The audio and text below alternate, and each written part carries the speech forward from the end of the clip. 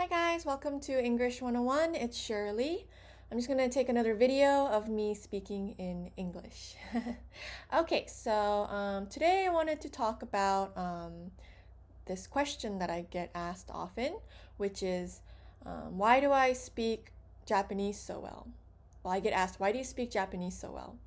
なんでそんな日本語上手なんですかってよく聞かれるんですけど、So I wanted to talk a little bit about the reasons why I'm able to speak Japanese. I mean, it's nothing really special, but in case somebody's curious, I just wanted to share that. So the first language I was exposed to is actually Japanese. Like being a baby, I only knew Japanese. Like my parents would talk to me in Japanese, and that's the main language that was spoken in my home. And then as I grew up, like hitting preschool, kindergarten, I started needing to learn English. So English is actually my second language technically. So Japanese was the first language I was exposed to, and then I gradually started learning English. And then once I hit first grade, I started going to Japanese school on Saturdays. And I did that till the second year of high school. And at that school, a lot of the students were children of people who were in America for business. And so a lot of the students would eventually have to go back to Japan.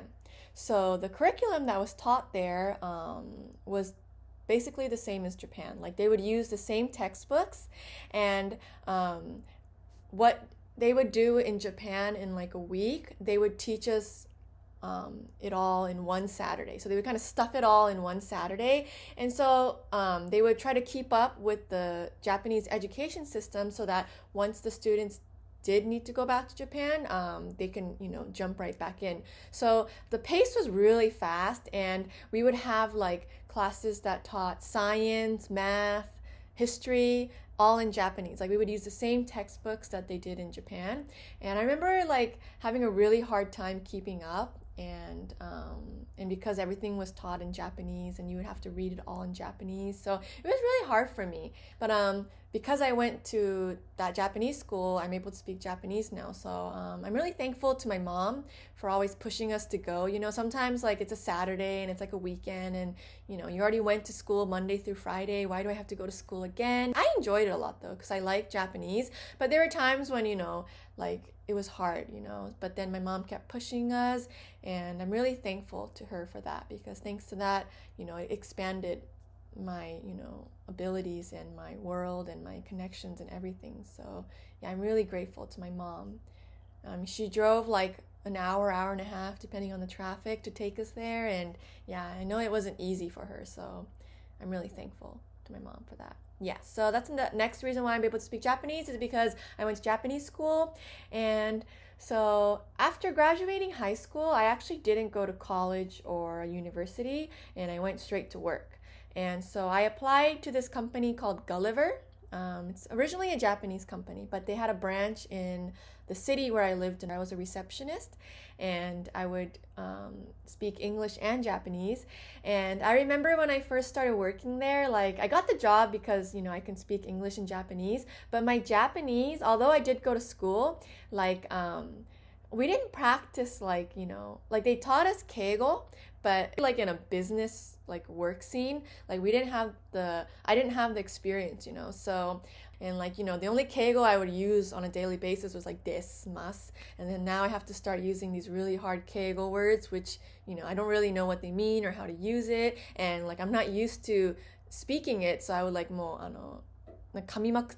I wouldn't be able to smoothly say it. So I remember in the beginning, like I wanted to ask the customer if they can come to our store, but I said something like 伺っていただけますかみたいな. And then when we had to send one of our guys to their home, I would say something like いつお越ししてもいいですかみたいな. I just didn't know how to use those keigo words. So I remember like being so embarrassed, and like it just got so awkward on the phone, and like I'm just like, oh, it's so hard. But luckily at the time, my manager, who always sat next to me, he was a really patient, like helpful kind of like my teacher when it came to Japanese.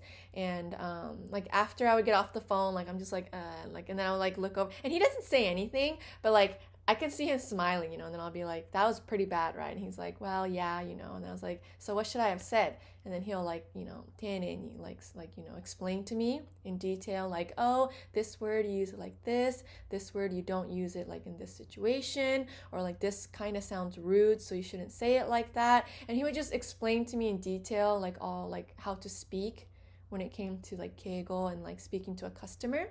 And also like emails too, like I had to reply in Japanese, which was so hard for me. But then my manager, he said like, before I send it to the customer, send it to him once and he'll check it, and then once he says okay, then we can send it.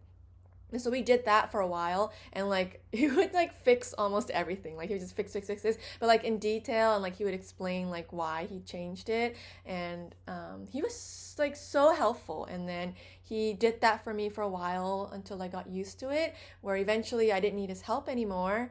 So I owe my Japanese speaking skills when it comes to like keigo and things like that, like the formal Japanese, to him. Like I owe it to him. Like when somebody asks me like, why I speak Japanese so well, like he's one of the people that I comes to my mind, like when I think about, oh, the people that helped me, study Japanese. Like he was a big part of that. So really thankful to him too. So yeah, so working at Gulliver, and then working at Gulliver really made a big difference in my life, because I gained more confidence when it came to speaking Japanese. And so like I think like although I was really scared, I kind of put myself in that environment where I have to speak Japanese. So I was forced to study and learn how to do it. So I think it's really a really good way to boost up your language skills by putting yourself in that kind of environment. And even though you're like a shy person or you're scared, just don't be afraid to make mistakes or, get embarrassed, because, for me, like, I don't even know like how many times I embarrassed myself working there, like speaking Japanese. It was just so bad. And then eventually I got used to it and I gained more confidence. Yeah, so that's a really good memory of mine. Working there is one of the best memories. So that's like the third reason why I'm able to speak Japanese. Okay, so the fourth reason why I'm able to speak Japanese. So as a total, I think it's mainly because I love Japanese. Like I love speaking Japanese, I love the culture, and I also love kanji. Like I love writing kanji. Like I've never taken a shuji, like a calligraphy class, but that's something I'm interested in. But I love kanji, even though my kanji is really messy. Like I write really messy, but in Japanese it's even worse. So yeah, but yeah, I love Japanese, like writing, reading, everything, listening. Yeah, so I love Japanese. That really helps. So if you love English, obviously that helps, right?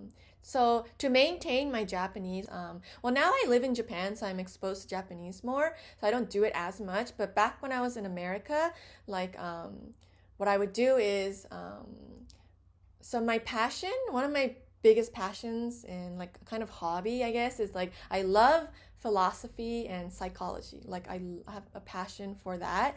And so when I read a book on those topics, I would read it in Japanese. And also like when I find like a page or like something written that I like, I would write it down on a piece of paper, like word for word.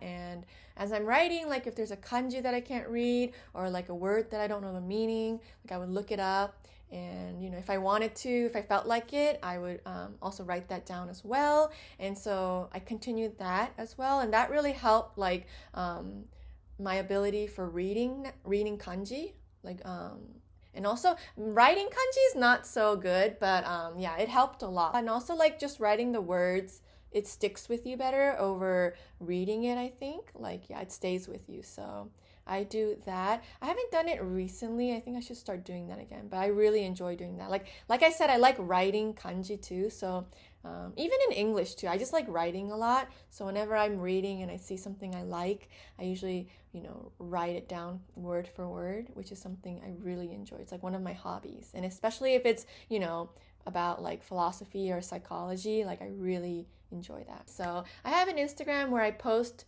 that on. And this is a page that's actually really kind of like personal to me. Like I don't share it with my friends or family, so sharing it on this YouTube is actually like, you know, stepping out of my comfort zone. But you know, I thought maybe if anyone's interested on what I do to study Japanese, they can go check it out, and maybe, you know, inspires them to try that with English. And you know, if there's like an English song you like I really recommend just writing the lyrics down too. Like writing for me helps. So yeah, so if you want to check it out, I'll leave the name of my Instagram in the description box. But this is a very special place for me, so please don't be mean about it. Like I don't want to hear anything mean regarding this page. So yeah, so I'm just gonna put it there for anyone who's interested or whoever likes psychology or philosophy. A lot of it's kind of related to that. So yeah. Anyways, yeah, so those are the reasons why I'm able to speak Japanese. And overall, I think, you know, me loving Japanese definitely helps with the process of, you know, continuing to wanting to learn more.